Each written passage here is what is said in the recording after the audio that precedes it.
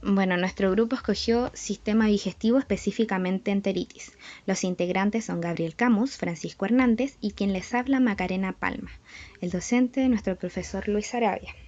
Respecto al sistema digestivo, a continuación del estómago se encuentra el intestino delgado, que se extiende desde el orificio pilórico hasta la unión ileocecal. La mayor parte de la digestión que se da en el sistema digestivo ocurre en el intestino delgado. El quimo son las porciones de comida ya parcialmente degradada que son liberadas desde el estómago. Al igual que el resto del tubo digestivo, el intestino está formado por una mucosa, submucosa, muscular y una adventicia. La mucosa del intestino delgado está formada por las tres capas típicas que aparecen en el resto del sistema digestivo: epitelio, lámina propia y muscular de la mucosa. La mucosa está caracterizada por la presencia de especializaciones cuyo objeto es aumentar la superficie interna del intestino, con el que se consigue aumentar la superficie de absorción. En algunas especies, como en los humanos, existen unos repliegues alargados o dispuestos circularmente o espiralmente, denominados pliegues circulares o pliegues de Kerckring.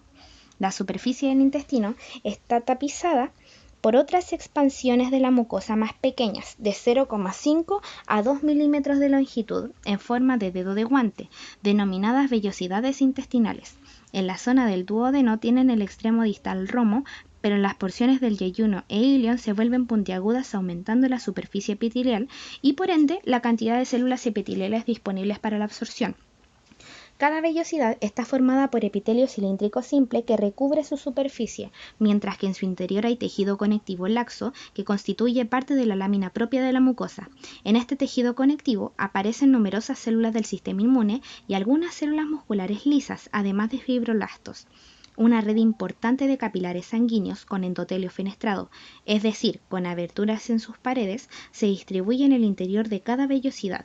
Este entramado de capilares permite retirar con gran eficiencia las sustancias que han sido incorporadas por las células epiteliales.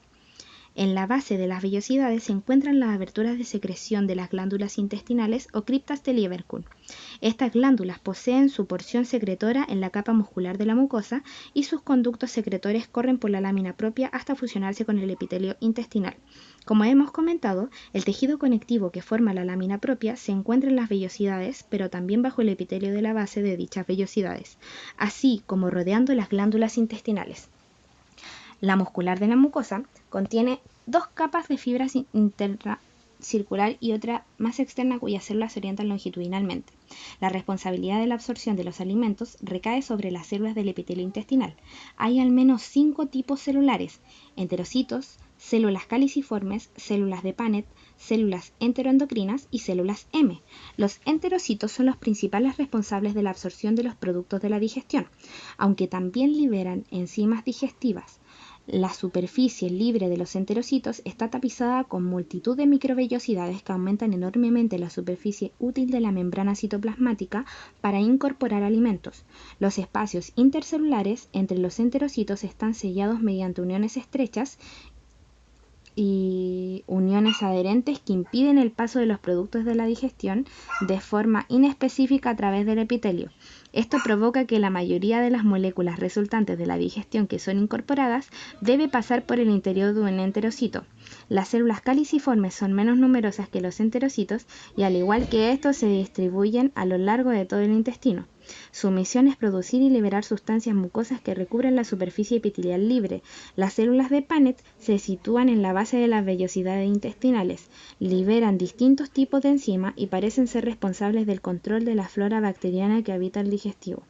Las células enteroendocrinas liberan hormonas intestinales como la secretina, la colecitosquinina, péptido inhibidor gástrico y motilina, cada una de ellas con diferentes funciones, como por ejemplo actuar sobre la actividad hepática o regular las contracciones peristálticas del intestino. Las células M son células presentadoras de microorganismos y moléculas intestinales que recogen en la luz del tubo digestivo a las células del sistema inmune que se encuentran en la lámina media de la mucosa. La submucosa está constituida por tejido conectivo denso donde pueden aparecer adipocitos. En el duodeno, la submucosa contiene las denominadas glándulas submucosas o de Brunner, especializadas en la producción de una solución muy alcalina que parece tener la función de neutralizar el pH enormemente ácido del quimo producido por el estómago. La muscular externa está formada por dos capas de músculo liso. La interna con células orientadas circularmente, mientras que la externa lo hacen de forma longitudinal. Entre estas dos capas se encuentra el plexo de terminales nerviosas o plexo de Auerbach. Cada capa realiza un tipo de contracción con funciones diferentes. La capa interna provoca desplazamiento de material que se está digiriendo hacia adelante y hacia atrás de manera que se mezcle bien con las sustancias digestivas y también para que se renueve el líquido en contacto con las células epiteliales. La capa longitudinal produce contracciones en forma de onda que provocan el avance del material en digestión a lo largo del intestino. La adventicia es tejido conectivo que en algunas regiones está recubierto por el peritoneo.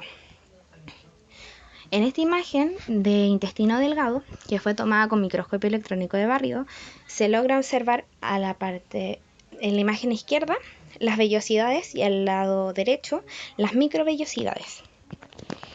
Ahora directamente con enteritis, es la inflamación del intestino.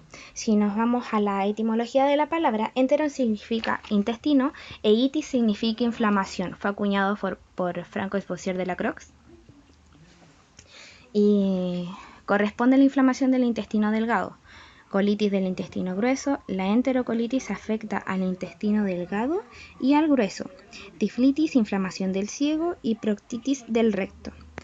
La inflamación catarral del intestino delgado o grueso puede ser secundaria o intolerancia a alimentos, intoxicación alcohólica, infección por salmonella, Escherichia coli, enteroinvasora, Yersinia, Campylobacter o virus. Su morfología: el intestino está dilatado, la mucosa hiperémica, a veces con petequias, con abundante secreción de mucus e infiltración de polinucleares en la lámina propia de la mucosa.